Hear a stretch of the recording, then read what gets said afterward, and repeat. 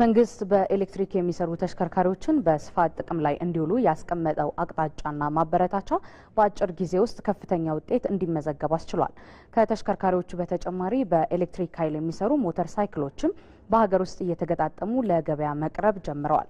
ሪፖርተራችን ኤዶም አማረ በዚህ ዘርፍ ከተሰማሩ ተቋማት መካከል በአንዱ ተገኝታ ያደረገችው ቅኝት አለ። አብረን እንከታተላት። በነዳጅ የሚሰሩ ተሽከርካሪዎችን ወደ ኤሌክትሪክ በመቀየር እንግዲህ መንግስት ከፍተኛ ስራዎችን እየሰራ ነው የሚገኘው።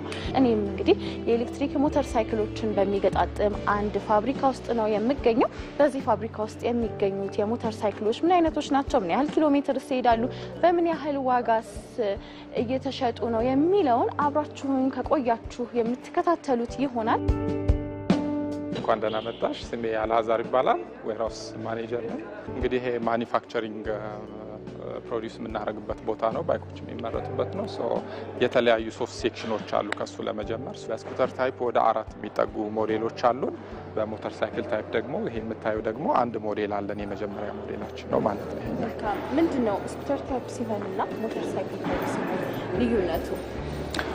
ቤዚክ ዲፍረንሱ ምንድነው? ዋና ልዩነቱ ፊዚካል አፒራንሳቸው ነው። የመጀመሪያው ሞተር ሳይክል ታይፑ እንደምታዩ ትንሽ ፊዚካል አፒራንሱ ትንሽ ተለቅ ያለ ነው። የጎማው ኢንች ከፍ ያለ ነው። ግራውንድ ክሊራንሱን ብንመለከት ከመሬት ጋር ያለው ከፍታ ትንሽ ከስኩተሩ ከፍ ያለ ነው። ስለዚህ እነዚህ ሶስት ነገሮች ልንል እንችላለን ያላቸው። አሁን ባለን ካፓሲቲ በቀን እስከ 25 የሚጠጉ ሞተር ሳይክሎችን ባለን ማንፓወር መገጣጠም እንችላለን።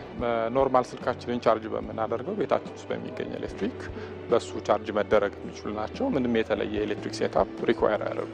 ምን ያህል ጊዜ ሆናችሁ ወደዚህ ስራ ላይ ከገባችሁ? ያ እንግዲህ ወደዚህ ስራ ከገባን 2 ዓመት ከ6 ወር አካባቢ እንደዛ አካባቢ ይሆናል። ማርኬቱ አዲስ ነው፣ ይመጡ ገና አልተለመደም እና እናንተ ጋር የነበረው ቻሌንጅ ምንድን ነበር? ብዙ ሰዎች ኢሹ የሚያደርጉት ያው ከባትሪ ጋር የተገናኘ ነው። ስለዚህ የባትሪ ሬንጁ ምን ይመስላል፣ ላይፍ ታይሙ ምን ያህል ነው፣ ምን ያህል ጊዜ ያገለግላል የሚሉ ኢሹዎች ነበሩና እኛ ደግሞ አሁን ማርኬት ላይ ያለውን ሊቲየም አየን የሚባለውን ቤስት ባትሪ ነው የምንጠቀመው።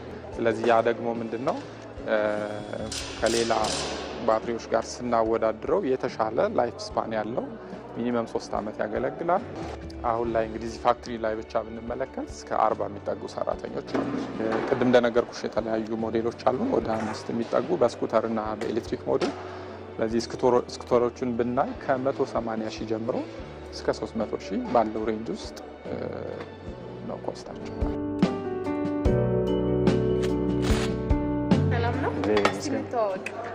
ስሜ ዮሐንስ ይባላል።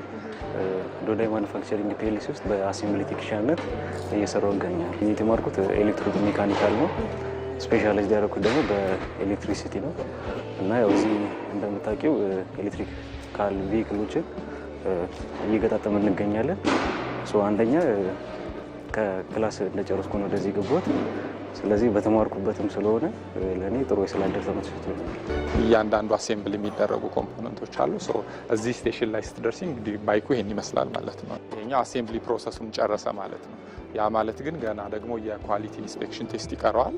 ወደዛ ደግሞ ይሄዳል ማለት ነው። ይሄ ፕሮሰስ ሲጨርስ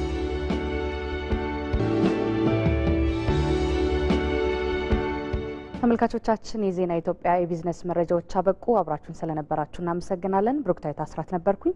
መልካም ቀን።